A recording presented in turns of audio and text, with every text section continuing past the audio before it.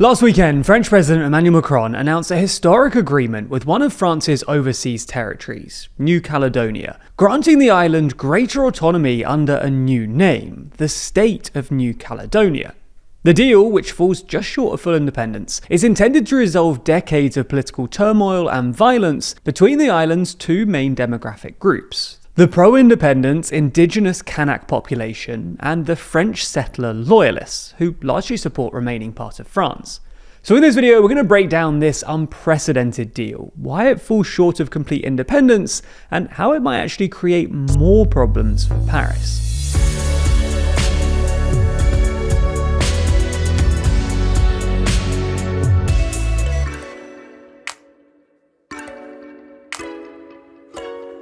Don't feel overwhelmed by endless news stories. Find out exactly what you need to know every day with TLDR's Daily Briefing. Listen along in your favourite podcast app or by clicking the link in the description. Let's start with some context. New Caledonia is an archipelago colonised by France in 1853 that lies off the coast of eastern Australia, roughly 10,400 miles away from what's sometimes called metropolitan France, i.e. mainland France. Following a nickel boom in the early 1970s, Paris encouraged more migration from metropolitan France to develop New Caledonia's nickel industry, and according to Kanak nationalists, to gradually outnumber the Kanaks and preserve French sovereignty. At the same time, people from nearby, poorer countries, including Indonesia, Vietnam, and French Polynesia, also migrated in search of work. The heavy influx of economic migrants drastically changed the island's demographics, and by the end of 1983, the 145,000 residents in New Caledonia were 42% Kanaks, 37% Europeans, and 21% other Polynesian and Asian ethnic groups. While the Kanaks are clearly still the single largest nationality in New Caledonia, they've been unable to achieve their political aspirations, because most of the Polynesian and Asian migrants tended to vote with the Loyalists. As such, Kanaks began demanding electoral reforms that would restrict the vote solely to Kanaks. These demands were continuously rejected by Paris, which sparked an outburst of violence and even a hostage situation in November 1984. To put an end to the violence, in 1998, both sides signed the Noumea Accords, which set the groundwork for a 20-year transition to greater political autonomy for the island, and restricted the voting franchise to Kanaks and citizens who lived in the territory before the agreement. The accord also allowed for 3 referendums to determine the future of the country at the end of the transition period.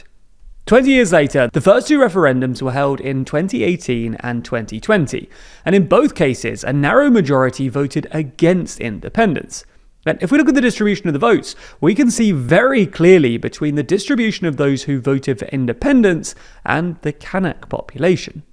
A third and final referendum was due to be held in December 2021, but Kanak nationalists requested it be postponed due to COVID, which was having a disproportionate impact on the poorer Kanak population. Their request was rejected, and Kanaks boycotted the vote, which meant that independence was rejected by 96%. Despite Kanak calls for a rerun, French President Emmanuel Macron celebrated the results, adding that France is more beautiful because New Caledonia has decided to stay part of it. Having apparently won the independence argument, Paris then argued that the current policy of only allowing Kanaks to vote in local elections was undemocratic, and in May 2024, Macron announced plans to expand the electoral list, which would give the vote to French Europeans who've lived on the island for more than 10 years. Of course, this didn't go down well with the Kanak population, who feared that this change would further dilute their political influence. Regular Kanak protests and demonstrations against the changes broke out, which turned violent, with 14 people killed. The conflict is estimated to have cost the territory €2 billion, shaving 10% off its GDP, and there are even fears that it could turn into a full-blown civil war. Fortunately, everything eventually calmed down, and last month, Macron declared that he wanted a new project for New Caledonia, announcing new talks with New Caledonian elected officials and civil society leaders. Macron invited them to mainland France to hammer out a constitutional framework for the territory, and after 10 days of talks, the parties agreed on a 13-page deal. Under this deal, a new state of New Caledonia would be created, under continued French rule, but with greater local autonomy. Broadly speaking, there are three main parts to this deal, which is set to be approved by the French Parliament by the end of this year, and then submitted to the New Caledonians in a referendum in 2026. First, New Caledonian residents will be allowed to vote after 10 years of living on the archipelago. Second, the deal will pave the way for the creation of a New Caledonian nationality. This would mean that islanders could become dual citizens, being both French and New Caledonian. Finally, the deal includes an economic and financial recovery pact that would include a renewal of the territory's nickel processing capabilities. The deal was described as historic by both Macron and the French Prime Minister, and it is pretty unprecedented in that it introduces a unique political model within French constitutional law, which has remained largely untouched. It also comes in the context of a renewed international backlash against colonial overhang.